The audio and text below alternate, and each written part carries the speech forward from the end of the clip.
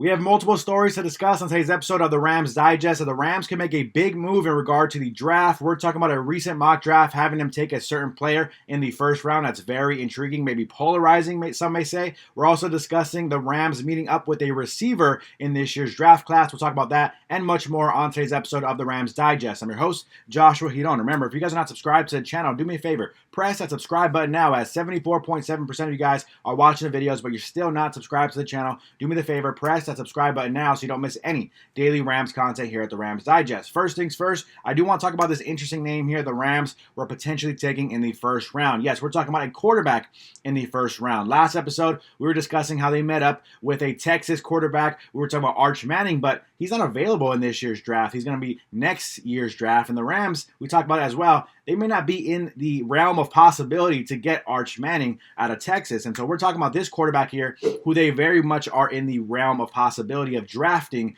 in the first round this season. We're talking about the Rams shocked the NFL, taking polarizing quarterback in latest mock draft. As you guys see here, here's a picture of quarterback Jackson Dart out of Ole Miss. And for those who haven't really seen or heard about Jackson Dart, he is kind of well known as the third best quarterback in this year's draft. So obviously not something you're thinking is ideal, but this is kind of like a situation if you look at the Green Bay Packers a few years ago, right? Aaron Rodgers getting toward the end of his career.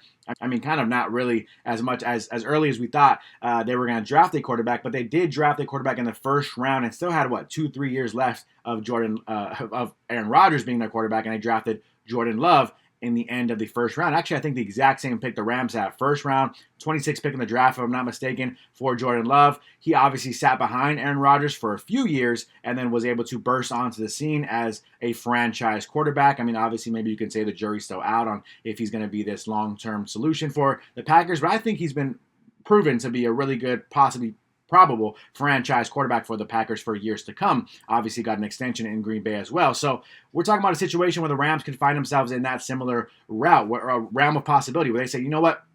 I don't know why I keep saying realm of possibility today, by the way. But I think the Rams, they take Jackson Dart. They have him sit behind Matthew Stafford for one, maybe 2 seasons, right? We're talking about Stafford getting ready to retire sooner rather than later. And so that's not really too long. Jackson Dart, kind of a polarizing prospect that some people say he's great. Some people say he's definitely going to be a big miss, a swing and a miss for some teams out there, some unfortunate team out there. And so that's kind of where we're looking at. I think the Rams would kind of find an ideal draft pick here in this situation. Sorry about the notification, but because the Rams are going to have him sit and learn behind Stafford and learn under Sean McVay's tutelage. And I think that would kind of be really an ideal situation for the Rams, especially an ideal situation for Jackson Dart himself. Here's a little bit of some details about Jackson Dart. It says Dart excelled in Lane Kiffin's scheme at Ole Miss, throwing 72 touchdown passes over his 3 years in Oxford. Tannenbaum writes, he has risen draft boards in the past few months, too. He had a great week at the Senior Bowl and was, in my opinion, the best thrower at the Combine, which many people had said Jackson Dart arguably had the best Combine of all quarterbacks. Dart has a sturdy lower frame and really good movement skills, and he has a lot of upside. Matthew Stafford's contract restructure means he will be the Rams starter for at least another season, but if I'm taking over the Rams GM role today, I'm absolutely eyeing for the future. And that's what we've been discussing the last few episodes of the Rams Digest, right? Yeah, okay, we kept Matthew Stafford for another year, at least one, but you really are looking for the future of the quarterback position sooner rather than later, whether it's this year in the draft or next year in the draft. You are looking for that future quarterback for you. And I think Jackson Dart has the potential to be a franchise guy. We see the reason why he's so polarizing is because he looks like a great thrower, kind of has that the talent, I guess you can say, to potentially be a franchise quarterback, but also has the inconsistencies of some college players coming out of college. And so you draft them late in the first round. You have him learn behind Stafford, learn under Sean McVay's system. I think it could be a really ideal situation for the Rams. You find your future quarterback. He's on a rookie contract. You draft him in the first round, so you have 5 years of team control over him. I think that'd be a very ideal situation the Rams could find themselves in. I get it. The Rams also only have 1 first-round pick, no second-round pick, and a couple thirds. And so when you're looking at starters you need right now, you kind of want to take a starter in the first round. We talked about Colston Loveland maybe taking over for Tyler Higbee at the tight end position. We're talking about a linebacker possibly at the end of the first round, a starting cornerback at the end of the first round, But, there's no really guarantee. You take anyone outside of a quarterback, outside of a skill position player, there's no guarantee that player is going to start for you just because they're a first-round pick, right? So you could always take a corner, a linebacker, and that player also isn't ready to start for you for another year or two. And so that ultimately is kind of where the Rams find themselves in. I think it's very, very intriguing to see where the Rams go.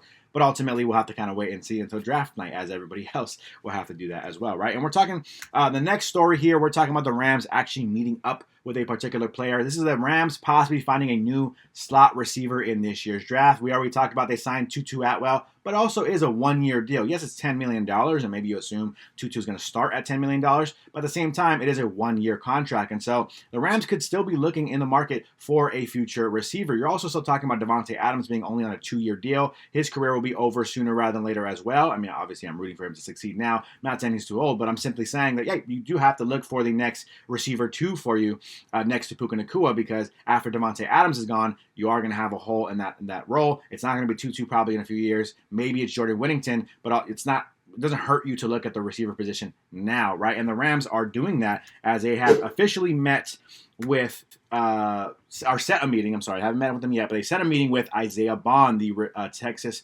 receiver, very speedy receiver. As you can see, kind of has a similar frame to like a Tutu Atwell, a little bit on the thinner side, smaller receiver in general.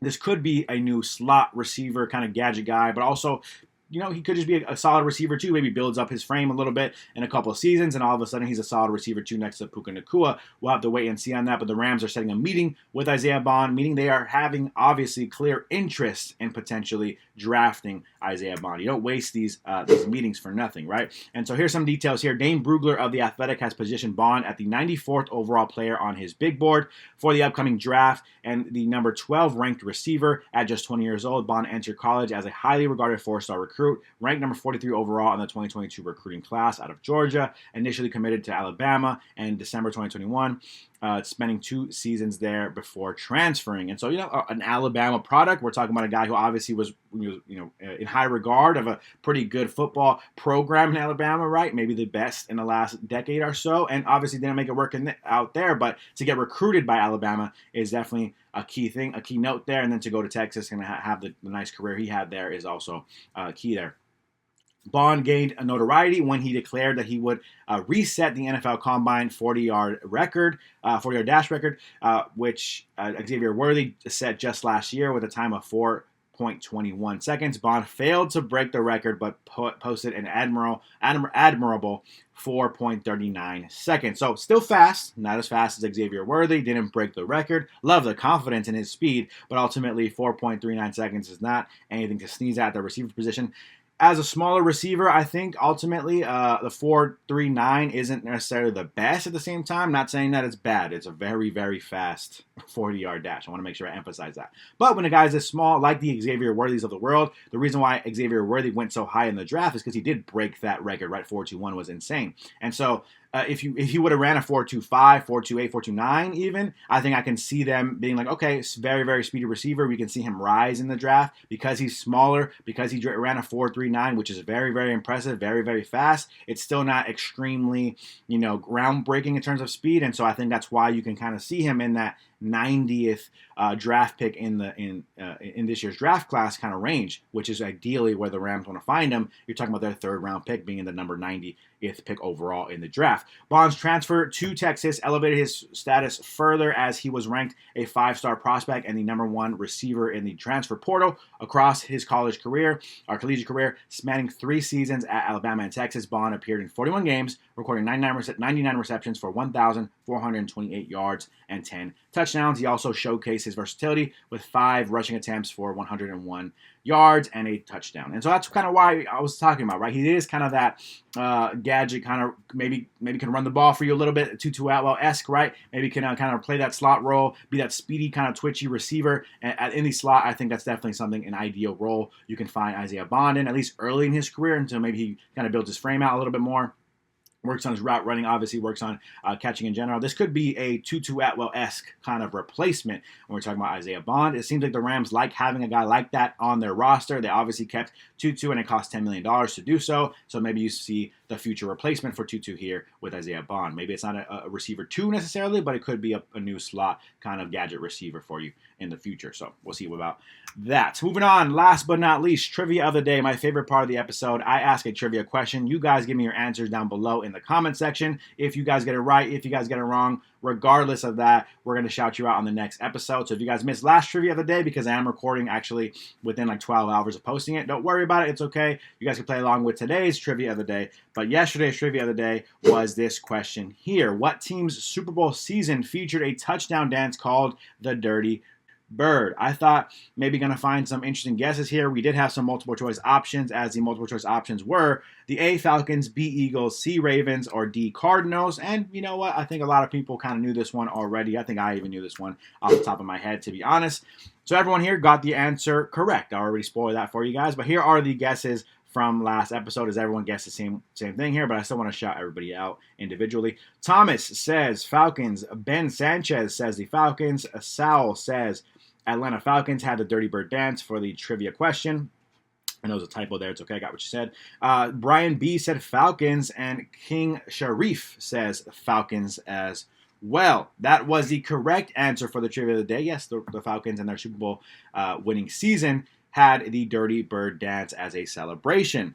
If you guys missed that trivia of the day, it's okay. We're going to go ahead and do a new trivia of the day today. That question is as such. Here we go. Trivia of the day for today. During the 1980s, what NFL team featured a talented trio of wide receivers known as the Three Amigos? I kind of want to tell you guys who the Three Amigos were, but I'm going to wait until I give you guys the answer on next episode. So, during 1980s, what NFL team featured a talented trio of wide receivers known as the Three Amigos? Was it the, almost missed the question here. Was it the A, Broncos, B, Dolphins, C, Giants, or D, 49ers? Again, during the late 1980s, what NFL team featured a talented trio of wide receivers known as the Three Amigos? Let me know your guesses down below in the comments, whether you're right, whether you're wrong. I'll give you a shout out anyway, so just go ahead and give your guess, even if you don't know. Don't Google it. Play fair. Just give your guess off the multiple choice options.